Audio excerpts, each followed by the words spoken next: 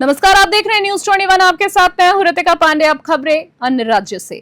सोनभद्र के शक्तिनगर स्थित NCL खाड़िया परियोजना में व्यवस्थित लोगों की कलिंगा कंपनी में रोजगार की मांग को लेकर आंदोलन की चेतावनी दी है। जवाहर नगर घरसड़ी की विस्थापित संघर्ष समिति ने 12 मई को DM, SDM और 15 मई को CMD SCL कोयला मंत्री समेत कई उच्च अधिकारियों को पत्र भेजते हुए आरोप लगाया है कि आउटर्स कंपनी कलिंगा बाहरी लोगों को एजेंटों और रिश्वत के दाम पर नौकरी दे रही है, जबकि विस्थापितों को दरकिनार किया जा रहा है। साथ ही 2013-2014 की लोकसभा में दिए गए विस्थापितों के अधिकार का हवाला देते हुए समिति ने कहा है कि अगर 7 दिनों में वार्ता कर सभी बायोडेटा लेकर रोजगार नहीं दिया गया तो वे अनिश्चितकाल धरना शुरू करेंगे। सोनभद्र से संतोष ताहानी की रिपोर्ट।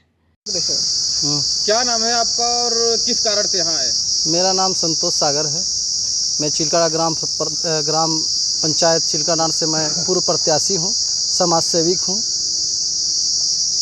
क्या कारण रहा जो आप GM ऑफिस NCL खड़िया आए? मैं विस्थापित को मुद्दा को लेकर हम लोग ने आए थे, संगठन के पदाधिकारी हम लोग के आए थे।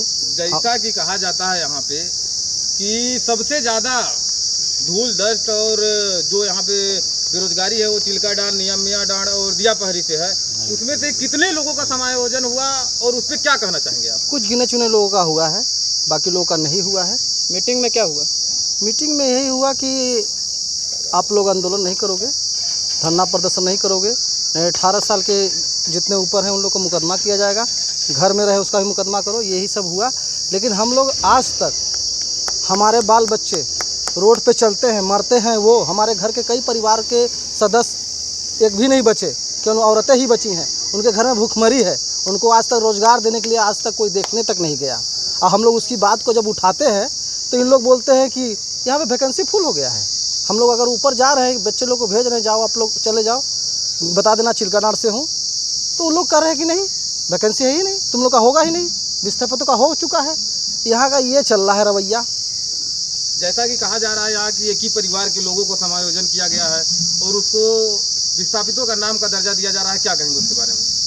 लगता है उन्हीं लोग का पूरा मनमानी चल रहा है, इसीलिए उन्हीं लोगों को कहा जा रहा है। NCL GM ऑफिस में आए थे, GM साहब का क्या कहना था? GM साहब ने कुछ नहीं बोला, वो तो मौन थे, ताकि उनका पढ़ी लिखी राजनीति थी। वो अलग से कमरे में बात करके आया और सामने कुछ और बोलवा रहे हैं। कलिंगा GM आए थे, कलिंगा GM ने कुछ आश्वासन दिया? कुछ नहीं, वो कुछ नहीं बोला। वो हम लोग जान ही नहीं है कौन कलिंगा GM है, कहाँ का GM है, पता नहीं चला। वो तो क्या रणनीति रहेगी आगे की रणनीति हमारे संगठन के पदाधिकारी तय करेंगे और हमारे सारे गांव विस्थापित एक मीटिंग रखेंगे। उस दरमियान अगर जो निर्णय लिया जाएगा वो हम लोग तत्पर रहेंगे। मेरा नाम अरविंद कुमार दुबे है। मैं घरसड़ी और यही जो शक्तिनगर घरसड़ी बीना से का रहने वाला हूँ। विस्थापितों का नेतृत्व करते आ रहा हूँ आज 20 साल से। जी, अभी क्या बात थी कि आप लोग यहाँ काफ़ी भारी संख्या में उपस्थित थे? देखिए, हम लोग 1 महीना पूर्व जो है सभी को, हमारा विस्थापित संघर्ष समिति का हम लोग की एक समिति है जिसके तले हमारी पूरी कोर कमेटी है, तो हमने उस समिति के माध्यम से जिलाधिकारी साहब को, SP साहब को, SDM साहब को, SO साहब Shaktinagar inspector, CO Pipri, CGM खड़िया, कलिंगा के सारे अधिकारियों को, क्या हुआ? सबको चिट्ठी दिया था। तो आज जो है कि वार्ता हुई थी हमारी, जिसमें SDM साहब आए थे, CO पिपरी आए थे, खड़िया के CGM भी आए थे, सब सारे लोग बैठे थे, हमारे विस्थापित के सारे प्रतिनिधि थे, लोग थे। तो इसमें जो है वो पहले तो वो पूछे कि आप लोग क्या चाहते हैं, तो हम लोगों ने ये बताया कि भाई देखिए कि परियोजना में जहाँ पे ये परियोजना बसी है उसमें जो मूल विस्थापित हैं, जिसकी ज़मीन, जिसका मकान इस परियोजना में गया है, सबसे पहला अधिकार उस व्यक्ति का है नौकरी में। कोई भी कंपनी आती है, कलिंगा आई हो चाहे और XYZ कोई भी कंपनी आएगी, उसके बाद विस्थापित के बाद प्रभावित बचता है। उन लोगों के द्वारा क्या बोला गया? उन लोगों के द्वारा लास्ट में कुल मिलाकर के यही बोला गया कि आप लोग ना तो धरना प्रदर्शन कीजिए, ना तो आप लोग नौकरी मांगिए, ना तो आप लोग कुछ कीजिए, नहीं तो आप लोगों के ऊपर मुकदमा किया जाएगा, आप लोगों को जेल भेजा जाएगा। बोला मुकदमा करने के? SDM साहब ने बोला और SDM साहब ने जो है कि इंस्पेक्टर साहब को निर्देश किया कि अगर ये लोग धरना प्रदर्शन करते हैं, हम आए थे, बैठक कर लिए, लेकिन बैठक में कोई नतीजा नहीं निकला। हम लोग कलिंगा के अधिकारियों द्वारा क्या कहा गया? कलिंगा के अधिकारियों द्वारा ये कहा गया कि हम जो है कि हम लोगों ने उनसे पूछा, से कौन अधिकारी आए हुए? कलिंगा से एक अभिनव आया था और एक प्रशांत श्रीवास्तव जी आए थे, एक आशीष साहू करके आए थे। ये 3 लोग आए थे। उसमें मात्र अभिनव ने 1 मिनट खाली ये बोला है। एसडीएम साहब ने पूछा कि आपने कितनी भर्ती की, तो उन्होंने बताया कि हम लगभग 500 भर्ती कर चुके हैं। फिर एसडीएम साहब ने पूछा उसमें विस्थापित कितने हैं, तो उसने ये जवाब नहीं दिया कि उसमें विस्थापित है कि प्रभावित है। उसने खाली यही कहा कि हम 40 किलोमीटर के रेंज के लोगों को जो है कि का भर्ती कर रहे हैं, और उसने एक भी विस्थापित के बारे में नहीं बताया, ना तो प्रभावित के बारे में बताया। क्या नाम है आपका और किस लिए यहाँ पे एकत्रित हुए थे आप? मैं संजय कुमार चौबे और मैं गांव का ग्राम पंचायत परसवा राजा का पूर्व प्रधान। मैं विस्थापित परिवार से जो है हूँ। मैं आया था जो है, मैं जो अपना समिति है उस समिति में पदाधिकारी के नाते जो है मुझे बुलाया गया था, और हम लोग बैठ करके ये था कि नहीं एसडीएम साहब वगैरह आएंगे, प्रशासनिक अधिकारियों से तय किया जाएगा।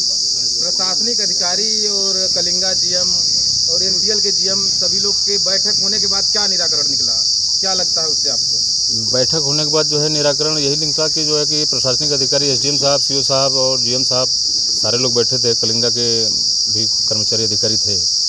उन्होंने कहा, मतलब कि प्रशासनिक अधिकारी एसडीएम साहब ने कहा कि ठीक है, आप लोगों के बारे में विचार किया जाएगा, और जो है कि जो भी विस्थापित प्रभावित हैं उन लोगों को जो है कि रोजगार देने के संदर्भ में बात उन्होंने किया।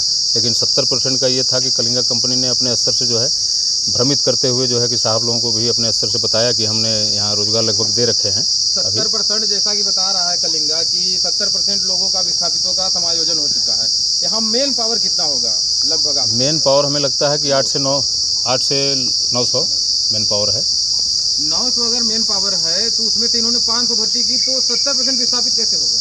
अब उनके कथनानुसार, हम लोगों के कथनानुसार तो ऐसा नहीं है।